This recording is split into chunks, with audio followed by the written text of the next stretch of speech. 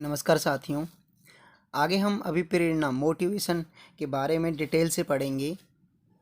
तो स्टार्ट करते हैं। सबसे पहले है अभिप्रेरणा। तो अभिप्रेरणा के लिए प्रयुक्त होने वाले मोटिवेशनल जो शब्द है उसकी उत्पत्ति कहाँ से हुई है? लैटिन भाषा के मोटम शब्द से हुई है। मोटम की स्पेलिंग का जरूर ध्यान रखना, क्योंकि ऑप्शन में अलग अलग वो आ जाते हैं कि भाई मोटिवेशनल शब्द जो है लैटिन भाषा के किस शब्द से बना है, तो अलग अलग स्पेलिंग आ जाती हैं। तो स्पेलिंग का ज़्यादा ध्यान रखना। जिसका अर्थ होता है टू मूव तथा मोशन। अभिप्रेरणा एक ऐसा प्रेरक बल है जो व्यक्ति को लक्ष्य प्राप्ति की ओर या निश्चित व्यवहार करने के लिए अग्रसर करता है, आगे की ओर बढ़ाता है तथा गति प्रदान करता है, मतलब मोटिवेट करता है। अब है अभिप्रेरणा का अर्थ। देखो, अभिप्रेरणा के दो तरीके से अर्थ, एक तो है शाब्दिक अर्थ और एक है मनोवैज्ञानिक अर्थ। शाब्दिक अर्थ में क्या होता है कि किसी कार्य को करने का बोध होना, मतलब किसी कार्य को करने के लिए समझ का होना। और मनोवैज्ञानिक अर्थ क्या है कि प्रेरणा एक मानसिक प्रक्रिया है। प्रेरणा क्या है? एक मानसिक प्रक्रिया जो हमारा मन करे, जो हमें मोटिवेट करे, वो यह एक क्रिया है। अब कुछ लोगों ने इसकी अलग अलग डेफिनेशंस दी हैं। सबसे पहले है स्किनर। तो स्किनर के अनुसार अभिप्रेरणा अधिगम का सर्वोच्च राजमार्ग है। आगे है लॉवेल। तो लॉवेल ने क्या बोला है कि अभिप्रेरणा एक ऐसी मनोशारीरिक तथा आंतरिक प्रक्रिया है जो किसी व्यक्ति की उपस्थिति में उत्पन्न होती है। यह ऐसी क्रिया की ओर गतिशील होती है जो उस आवश्यकता को संतुष्ट करेगी। आगे है गुड के अनुसार। गुड ने क्या बोला है कि अभिप्रेरणा कार्य को आरंभ करने, जारी करने और नियमित करने की प्रक्रिया है। आगे आ जाता है हमारा अभिप्रेरणा के प्रकार। देखो, अभिप्रेरणा के मुख्य रूप से दो प्रकार होते हैं।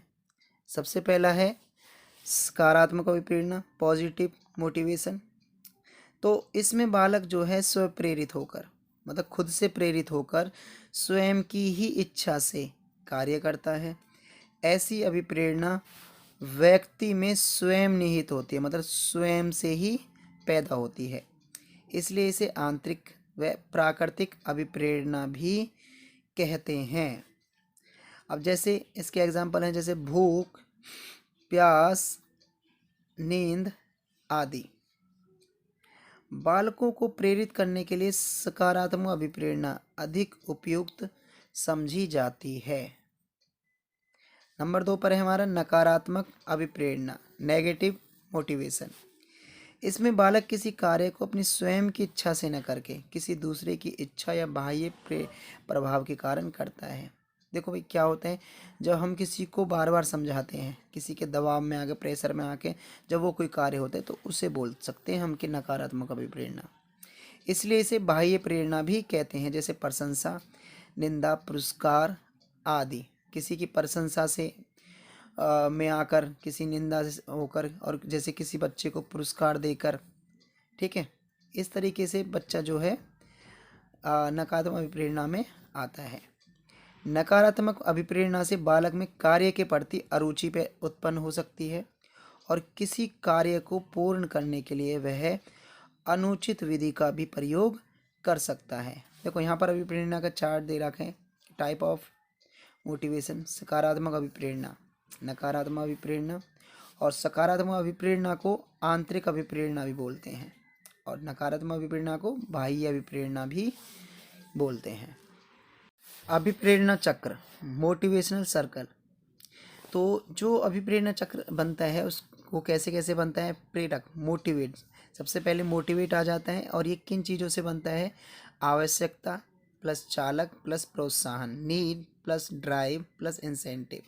तो ये क्वेश्चन बन जाता है हमारा। जो प्रेरक होते हैं वो मुख्यतः किन तीन रूपों से मिलकर बना है? तो नंबर 1 है जैसे आवश्यकता, नीड। प्रत्येक प्राणी की कोई ना कोई आवश्यकता होती है, जैसे भोजन, पानी, नौकरी, मकान आदि, जो कि व्यक्ति को क्रिया करने के लिए प्रेरित करती है, मोटिवेट करती है। उसके बाद है चालक, ड्राइव। प्रत्येक आवश्यकता से जुड़ा हुआ एक चालक होता है। जैसे भोजन की आवश्यकता से जुड़ा हुआ चालक है भूख। देखो, भोजन की जरूरत कब पड़ती है हमें? जब हमें भूख लगती है, जो कि व्यक्ति को क्रिया करने के लिए प्रेरित करता है। बट जो व्यक्ति है, जब उसे भूख लगेगी तो उसे भोजन की आवश्यकता पड़ेगी और उसके लिए वह क्रिया करेगा। आगे है हमारा प्रोत्साहन। प्रोत्साहन, इंसेंटिव। उद्दीपक के मिलने पर चालक जो है शांत हो जाता है। जब उसे खाना मिल जाता है तो व्यक्ति शांत हो जाता है और उसका तनाव जो है समाप्त हो जाता है। आगे है हमारा कि अधिगम में अभिप्रेरणा के क्या स्थान है? Place of motivation in learning. सीखने में अभिप्रेरणा का महत्व निम्नलिखित प्रकार से है।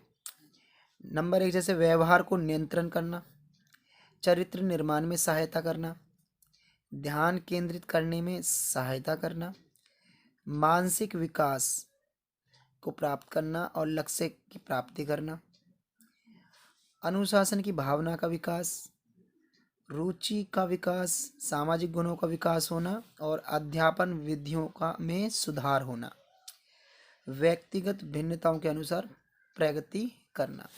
Thank you everyone. अगर वीडियो अच्छी लगे तो चैनल को सब्सक्राइब ज़रूर कर लें और वीडियो को शेयर ज़रूर कर दें।